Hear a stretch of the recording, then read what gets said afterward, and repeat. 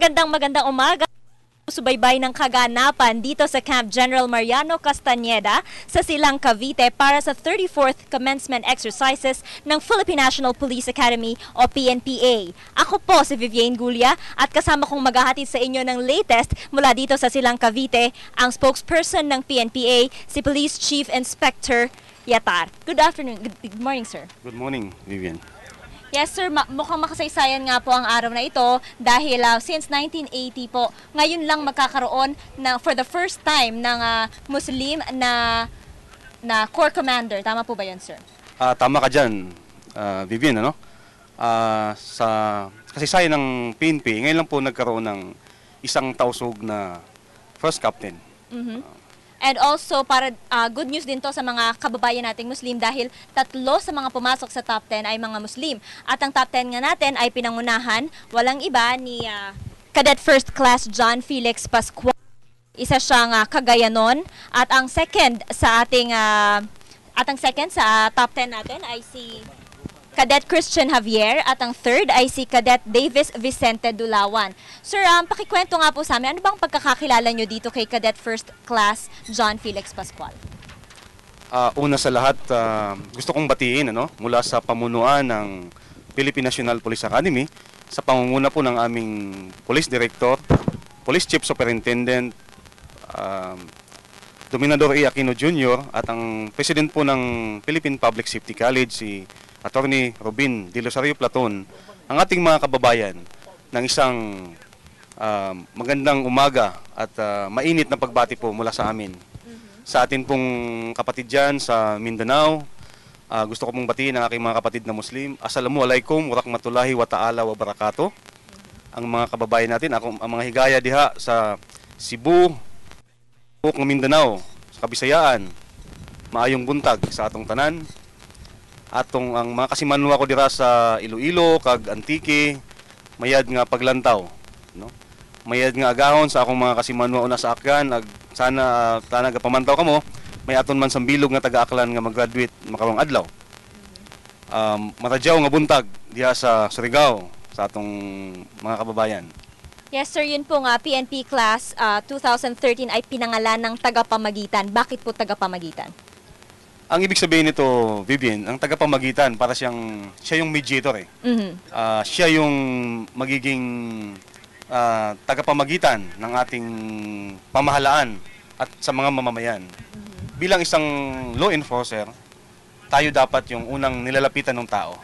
Tayo yung first responder sa kanila. Kung ano man ang mga pangyayaring naganap, nandoon tayo lagi. Yes, at magkakaroon po ng 252 graduates batch ng tagapamagitan class of 2013 at sa 252 po, more than 90% ang mapupunta sa Philippine National Police, 4 ang mapupunta sa Bureau of Fire Protection at ang iba ay mapupunta naman sa Bureau of Jail Management and Penology. Normal po ba to na bulk ng graduates ay napupunta sa PNP?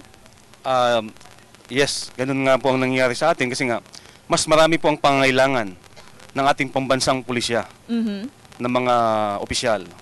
Kasi napakalawak po ng ating bansa at kailangan talaga natin ng mga opisyal na ito. Also, I understand, sir, na 26 ang nagpakita po ng interest na makasama dito sa BJMP or sa Bureau of Fire Protection. Kaya lang po, nung time na yun, wala pa pong vacancy. Pero ngayon nagkaroon ng 4 na vacancy. Paano po pinili yung mga malilipat dito sa BFP? Unang-una yung number 1 sa kanila, no? Oo. Yun na po ang kumuha ng isang spot. Saka yung natira, bunot po sila. Para hindi po unfair doon sa iba. Kung sino man po ang nakabunot, siya po ang mapupunta doon. I see. So, paano po yung assignments na designation? Sila po ba ang namimili noon? Meron kasi tayong kung saan lang sila pwedeng i-assign. Ito ay kung saan po kailangan ng maraming opisyal. Definitely hindi sila ma-assign sa National Capital Region, sa Region 7, saka Region 9, saka sa Region 3, yung Calabarzon area, hindi sila kasi marami ng opisyal dito. Mas kailangan sila sa mga regions na kulang tayo ng mga opisyal. Well, linawin lang po natin na lahat ng magtatapos ngayong araw ay tatanggap ng Bachelor of Science in Public Safety at lahat po sila ay otomatikong magiging inspector. Bakit po ganun, sir? Yun kasi ang unang ranggo ng Public Safety Commission rank natin, ano? Opo. Yung katapat po nito sa armed forces ay lieutenant. O yung first lieutenant. So, yung 4 na taon dito, yun yung magiging rank mo paglabas. Pinapakita po natin sa ating screen kanina na marami na po talagang nandito ngayon at nandito na po ang mga kamag-anak, pati na rin po ang mga graduates dahil after 4 years na nga talagang masikap na training at disiplina ay magtatapos na rin sila at makukuha na rin nila ang kanilang Bachelor of Science in Public Safety. Nung time niyo po, gaano ka-memorable sa inyo yung graduation? Napakasaya niya kasi ito yung katapusan ng yung training, ano? Pero ito naman ang na masaya na malungkot kasi ito naman yung pagkakataon na ipakita mo sa tao na worthy ka doon sa rank mo at magbibigay serbisyo ka ngayon sa bayan bilang isang opisyal ng pamahalaan. Sir, nung nakaraang 2 taon, babae po ang naging valedictorian. Pero ngayong taon, lalaki at sa top 10 walang nakapasok na babae. Ano pong Siguro nga inubos nila nung mga nagdaang 2 taon. So ngayon naman, lahat ng top natin puro lalaki at pati yung special awardees natin na 3 ay puro lalaki din. Opo, sir, pag-usapan naman po natin itong kilalanin natin, yung mga kasama sa top 10. Ito pong si Cadet First Class John Felix Pascual, ang nanguna sa batch na ito. Ano po ang masasabi ninyo tungkol sa kanya? Unang-una, si Cadet Pascual ay isang anak ng membro din ng pulisya. Ano? Police Officer 3 ang tatay niya nung mag-retire. At ang gusto talaga niya na dati na kukunin na kurso talaga ay maging doktor siya. Kaya lang dahil sa kagustuhan ng kanyang ama, nasundan yung yapak niya, so dito siya nakapasok sa PNP. So inspired by the father po ito. At saka para po sa kaalaman ng ating mga kababayan, nag-retire po ang kanyang ama bilang PO3. Pero ngayon po nakaka-graduate niya lang sa inspector na po ang kanyang rango ni Pascual at 5 ranks higher po ito kumpara dun sa rango ng kanyang ama. Tama ka dyan, ano? Pero sabi naman sa akin ni Cadet Pascual, saludo pa rin siya sa kanyang tatay kasi nga yun talaga yung model niya eh. Opo. Kaya niya narating itong mga accomplishment niya ngayon. Itong si Pascual po ay gagawaran din ng award para sa Presidential Kampilan. Ano po yung kahalagahan nitong award na ito, sir? Ito yung pinakamataas na karangalan na maibibigay ng akademya, no, sa lahat ng nagtatapos dito. At ito ay ibibigay mismo ng ating mahal na Pangulo. Sir, nabanggit niyo po kanina na ito pong si Pascual ay ang Editor-in-Chief ng Kalasag. Ano po ba itong Kalasag? Ito yung core magazine natin. Ano? Ito yung official magazine ng core publication ng Philippine National Police Academy. Sir, pag-usapan naman po natin itong si Cadet Christian Javier mula sa Oriental Mindoro. Ano po yung alam niyo tungkol? Well, Vivian, ang kwento ng buhay ng ating pangalawang nagtap ay medyo masalimuot din, ano? At nakakalungkot. Pero pinakita niya na sa hirap ng buhay niya, na umabot nga sa pagkakataon na sabi niya sa akin, sir, lagi na lang saging ang kinakain ko. Sabi niya gano'n. So, nagtrabaho siya bilang isang bagger sa SE Manila bago siya nakapasa sa academy. Wow. So talagang pinaghirapan niya talaga ng gusto itong pagpasok niya dito. At nagsilbing inspirasyon yun, Bibian, para galingan niya. Kaya siya nag-graduate ng number 1 sa Bureau of Jail Management and Penology ng mga kaditi natin at nag-number 2 sa overall. Talagang pinatutunayan po niyan ang class motto nitong tagapamagitan na victory favors those who takes pains, no? Yung mga nagtiyaga at nagtiis talaga na kumbaga ma-overcome nila lahat ng challenges sa training saka sa lahat ng dapat nilang gawin panan nila. Yes, sir. Itong si Javier ay gagawaran naman ng Vice Presidential Kampilan. Oo. Pumapangalawa sa nagtapos. Unfortunately, though, itong si Vice President Jojo Marbinay ay hindi makakadalo ng awarding ceremony natin today kasi nasa Vatican pa raw siya. Okay. So, pag-usapan naman natin itong pangatlo natin, sir. Yung top 3 natin. Si Cadet Davis Vicente Dulawan mula sa Ifugao. Si Cadet Dulawan naman, may mga pinsan na siya na gumalit dito. Okay. So, na-influence naman siya ng mga kamag-anak niya na pumasok dito. At nagsikap din siya kasi sabi niya, sir, mahirap din yung magiging magsasaka na lang ako. Sabi niya gano'n. So magsasaka po pala siya Kasi dati. yun ang kabuhayan natin ng mga kapatid natin sa Cordillera eh. Oo. Yung farming talaga ang buhay nila doon. Pati yung kanyang magulang po ay nagsasaka. At siya po ay gagawaran ng DILG Kampilan Award. Mamaya po makakasama natin si walang iba kundi si Department of Interior and Local Government Secretary Maro. Magbibigay ng pangatlong Kampilan Award sa nagtapos ng pangatlo. Ngayon sir, sino po ba itong pang-apat natin na top sa top 10? Si Cadet Muhammad Fahad Julwadi mula sa Zamboanga City.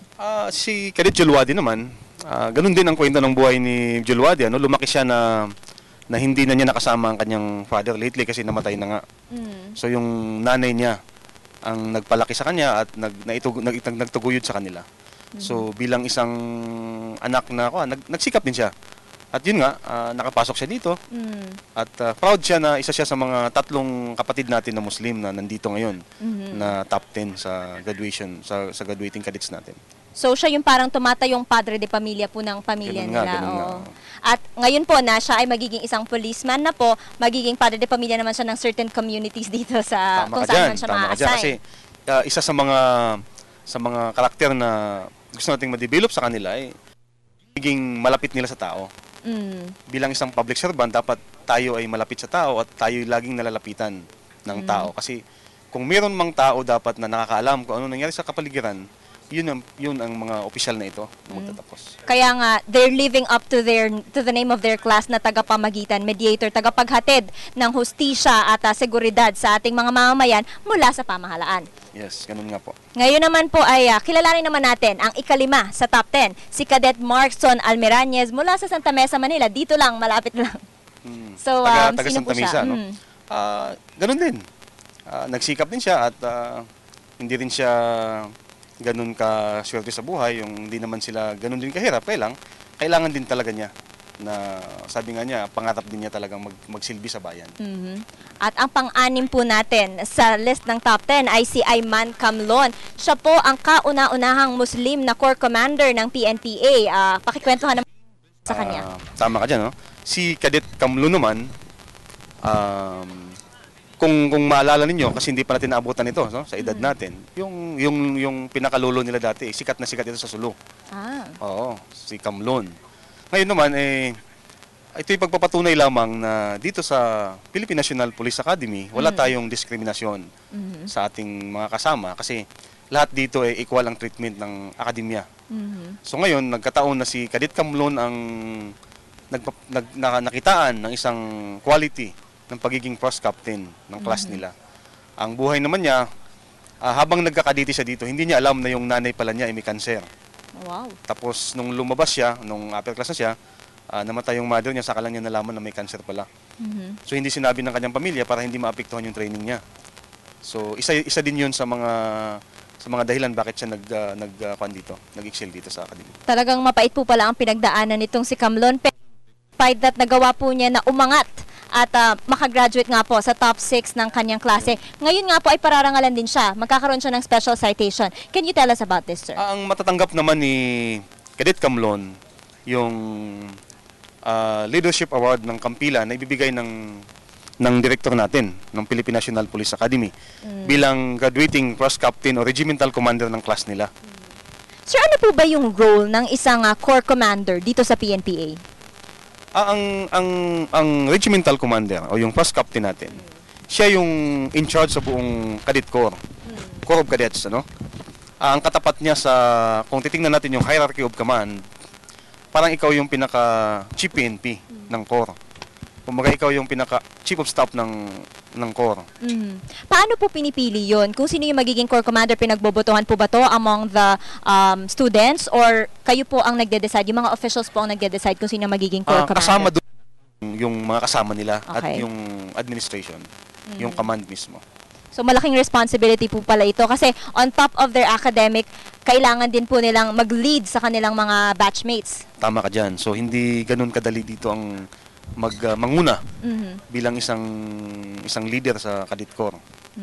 Ngayon naman po pag-usapan natin yung pang-7 sa top 10, si Mark Francis Bauya mula sa Abuyog, Leyte. Sino po siya, sir? Si Cadet Bauya naman, siya yung pangalawang BJMP natin sa top 10. So, Sa 10, 2 dito ang pupunta sa Bureau of Jail Management and Penology. So ito namang si Kadit Baoya. At did he say po kung bakit siya interesado na maging miyembro ng BJMP, sir? Mas nakita daw niya kasi papaunlad pa lang na organisasyon ang BJMP. At sa tingin niya, dito niya maibibigay ang lahat na gusto niyang gawin. I see. Sir, pag-usapan naman po natin itong pang-8 natin, or top 8 natin. Sa top 10, si Cadet Nino Aquiatan mula sa Taft Eastern Samar. Itong si Kadit Aquiatan naman, graduate siya ng cum laude bilang criminology siya, saka cum laude sa probinsya nila, no, sa Leyte. At ang kwento naman ni Kadit Aquiatan, hindi na siya kayang pag-aralin ng kanyang mga magulang. Pero nagsikap siya.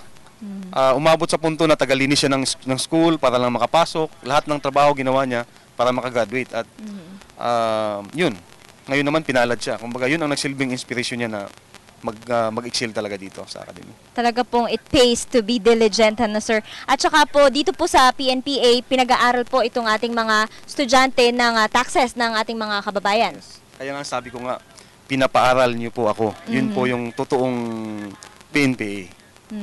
Paano po ba yung pagpasok dito sa PNPA? Mahirap po ba? Ano po yung mga exams na kailangan nilang i-take? Meron tayong tinatawag na PNP Cadet Admission Test. Ginaganap ito tuwing katapusan ng linggo ng buwan ng Oktubre.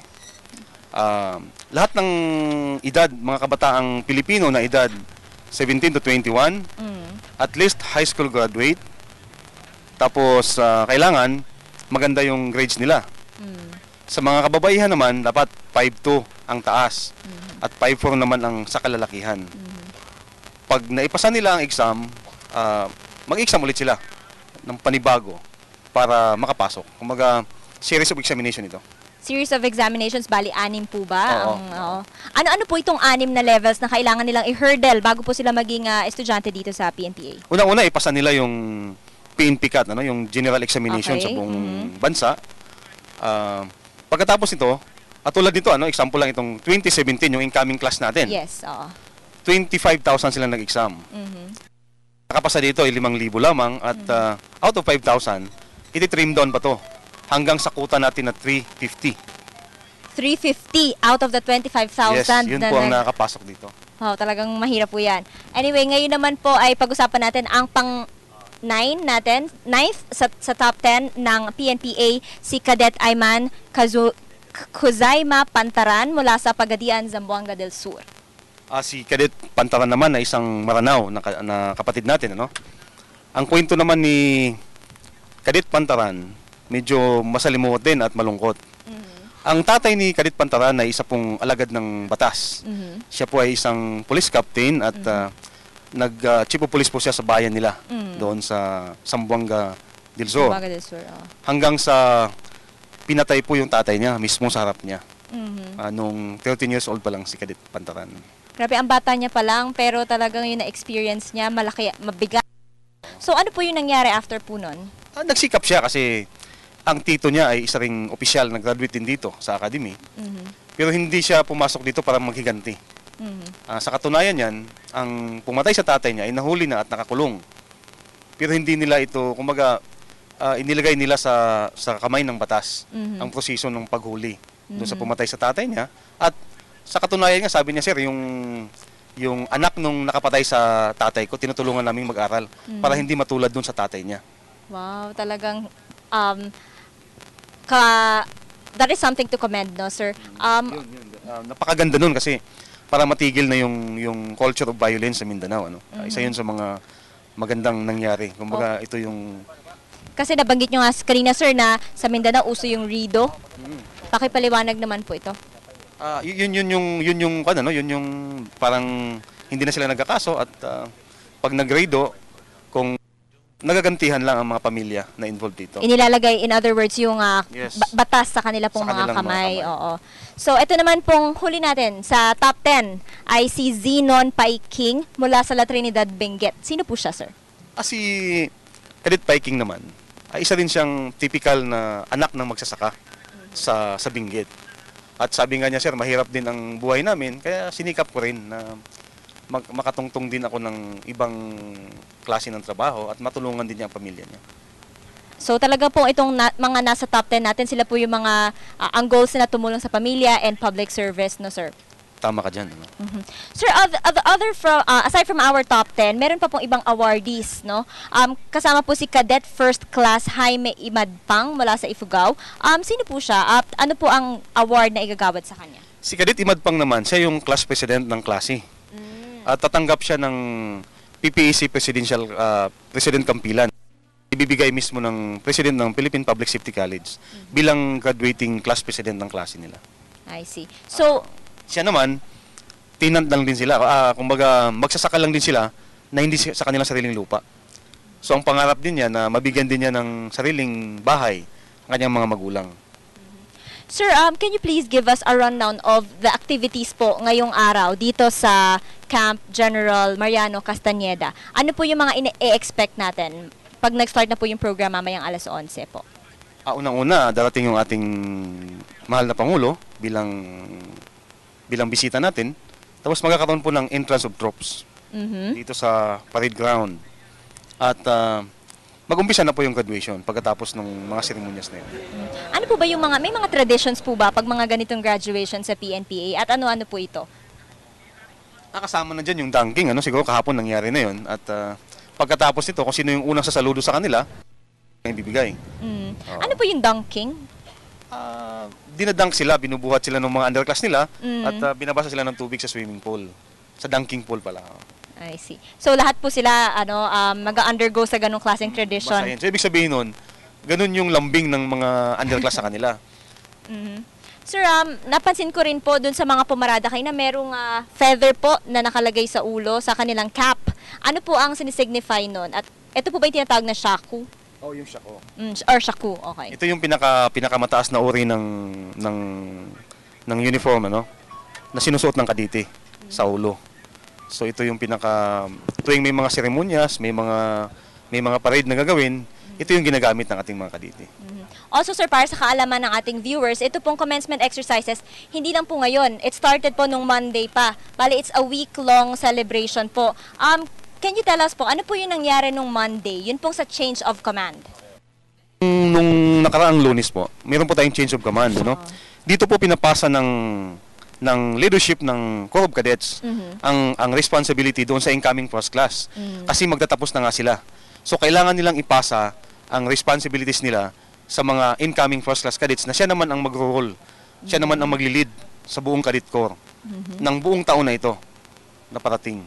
I see. How about nung Tuesday, sir, nagkaroon ng parade and review of Council of Advisors Day. Ano po ito nga, Council of Advisors Day? Pangalawang araw, yung Tuesday, ito yung pagbibigay-pugay natin sa mga nagdaang direktor dito sa academy.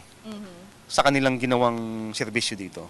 Binibigyan natin sila ng pagpupugay at pagpapasalamat na naging parte sila ng paghubog ng ating mga kadete dito sa academy. And of course, nung 20th, nagkaroon ng baccalaureate services at ang Rights of the Ring. Ano po ba itong Rights of the Ring? Ito naman yung okasyon na isinusuot ng mga kadete natin yung ball ring katulad nito at mini ring nila. So inimbita nila yung mga nanay nila dito at doon nila binigay yung mini ring. At isa sa mga nagpa-unlock ng okasyon na yon ay si Jed Madila, Siya yung kumanta yung class song nila.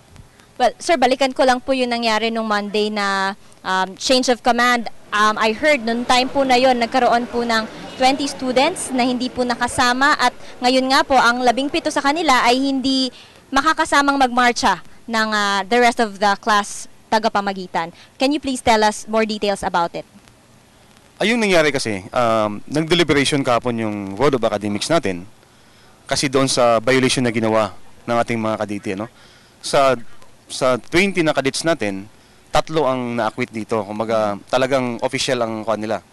So, ang 17 ngayon, bilang kaparusahan sa ginawa nilang hindi sila kasama sa graduation, kundi malilate yung graduation nila.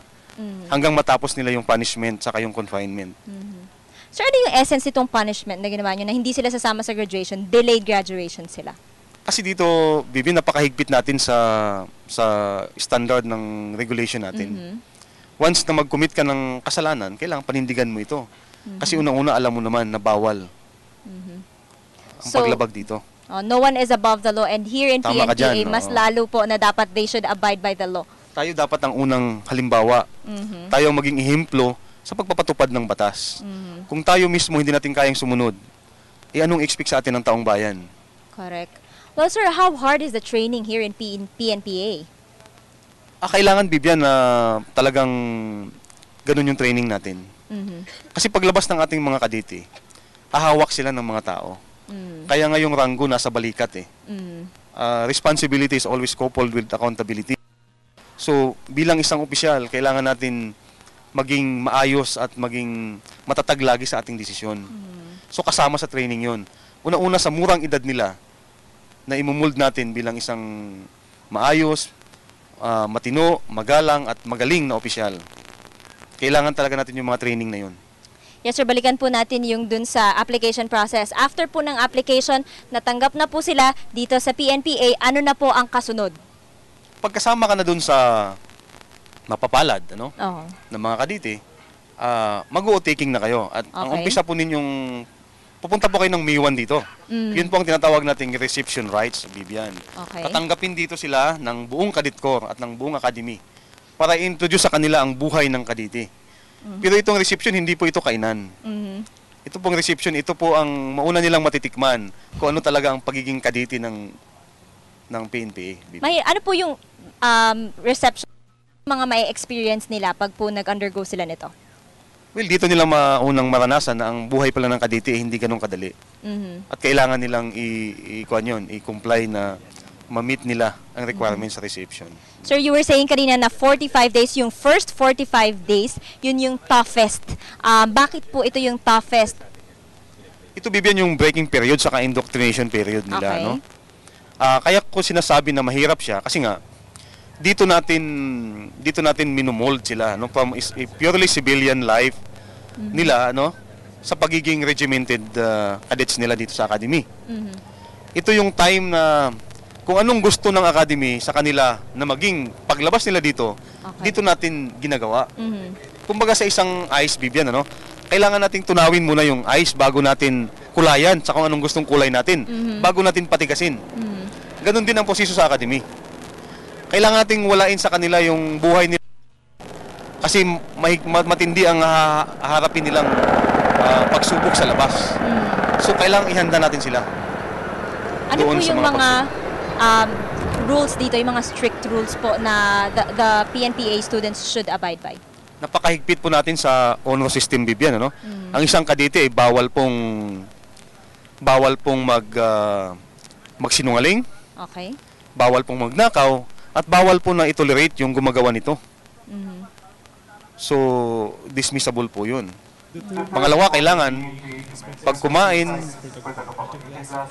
kumain ka, kakain lahat. Pag tumakbo, tatakbo lahat.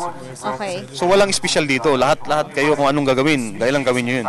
Yes, sir. Doon sa first 45 days, meron na po bang nalalaglag dahil po hindi nila kaya, yung stress, yung pong mga kahigpitan dito sa PNPA? Marami. Minsan, unang araw pa lang, ang dami nang umayaw. Bakit daw po, sir?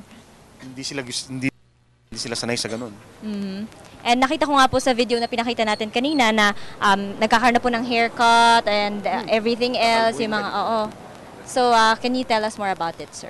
Pagdating mo Yung dito, processes. marami kayong exercises na gagawin dyan. Kumbaga, susubukan talaga kayo physically. Saka, siyempre, yung pag-iisip nyo rin kung kaya nyo ba talaga o hindi. Kasi sayang lang ang araw nyo dito, ang panahon ng ginugol nyo, kung hindi naman kayo talaga interesado na maging opisyal at magserbisyo sa bayan natin. Sir, can we compare yung training po na na-undergo ng mga female and male cadets? Meron po bang pinagkaiba yun? Walang pinagkaiba kasi isa lang sila. Nagkakaiba lang sila ng barracks, pero sa activities pareho lang. Kung tumatakbo ng 4 na kilometro yung mga kadete natin, ganun din ang tinatakbo ng mga kababaihan natin. So, wala pong special treatment dahil babae, hindi Wala, mas Bibian, magaan. wala. Kasi pantay-pantay dito sa training. So, kahit po sa pareho lang po yung dinadala ng mga Depende yan sa kwan. Makikita mo dito kung makakapanood ka ng mga drills natin. Yung mga kadete natin, garan lang pareho ang dinadala nila. Kung nagpapaikot yung mga kalalakihan natin, nagpapaikot din sila ng garan. Dala-dala din nila yon. So, ibig sabihin nun na kaya din ng mga kababaihan natin yung training dito. Well, after undergoing po all yung mga paghihirap po dito sa PNPA, ano naman, or training, what's in store for them, sir? Ang ano, Para po sa mga students, ano po yung benefits kung dito po sila gagraduate sa PNPA kumpara po sa ibang regular universities? pag gumawa ka dito biyan, automatic yun na magiging official ka ng tatlong bureaus natin, ano, yung Philippine National Police, BGMP, saka yung Bureau of Fire Protection. So, automatic ka na meron ka na agad trabaho. Magiging sa mga police natin, magiging chief of police sila, magiging detachment commander sila ng mga platoon size na RMG. I see. So, bale, ito pong also free din po ang kanilang education, ano, at may allowance pa. Tama ka doon. Magkano po yung allowance na nare-receive ng per student? Ang isang kadete dito, Biman, tumatanggap yan ng 27,000 training allowance. At para saan po to? Saan po ito ginagamit? Para po sa training nila, sa pangangailangan nila dito habang nandito sila. And yung 7,000 po, per month po ba to? Yung 7,000, yun yung parang allowance nila na cash sa kanila. Pambili nila ng mga pangangailangan nila, mga toiletries, kung ano pang kailangan nila. And the rest, i-request po yun, depende po sa training requirements na kailangan po natin. Well, can we orient our public, sir? Ano po ba ang vision nitong PNPA? Ang pinaka-vision ng ating akademya ay mag-produce po tayo ng mga opisyal na may puso, may takot sa Diyos at handang tumulong sa ating mga kababayan sa kahit anong pangangailangan. Na una pong malalapitan ng ating mga tao, na isa po itong magiging professional na opisyal sa labas. And so far, how successful are we in producing yung pong mga graduates na talagang the Philippines can be proud of? Sa katunayan, mayroon na tayong 5,000 mahigit na opisyal na produce ang academy. At siguro dahil sa sobrang dami ng kanilang napupuntahan ng mga pwesto ngayon, siguro yung sitwasyon ng Pilipinas bilang isang mapayapang bansa, nagpapatunay lamang na nagiging epektibo ang ating mga public safety officers sa labas. Can you name some of the successful graduates of PNPA?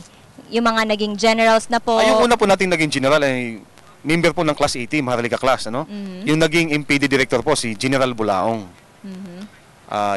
Yung regional director po ngayon ng Region 5, si General Ginto, na dati rin pong director ng PNPA. Siya po ang regional director ngayon ng Region 5. Yung naging provincial director po ng Laguna, si Senior Superintendent Gilbert Cruz po, graduate po dito po siya.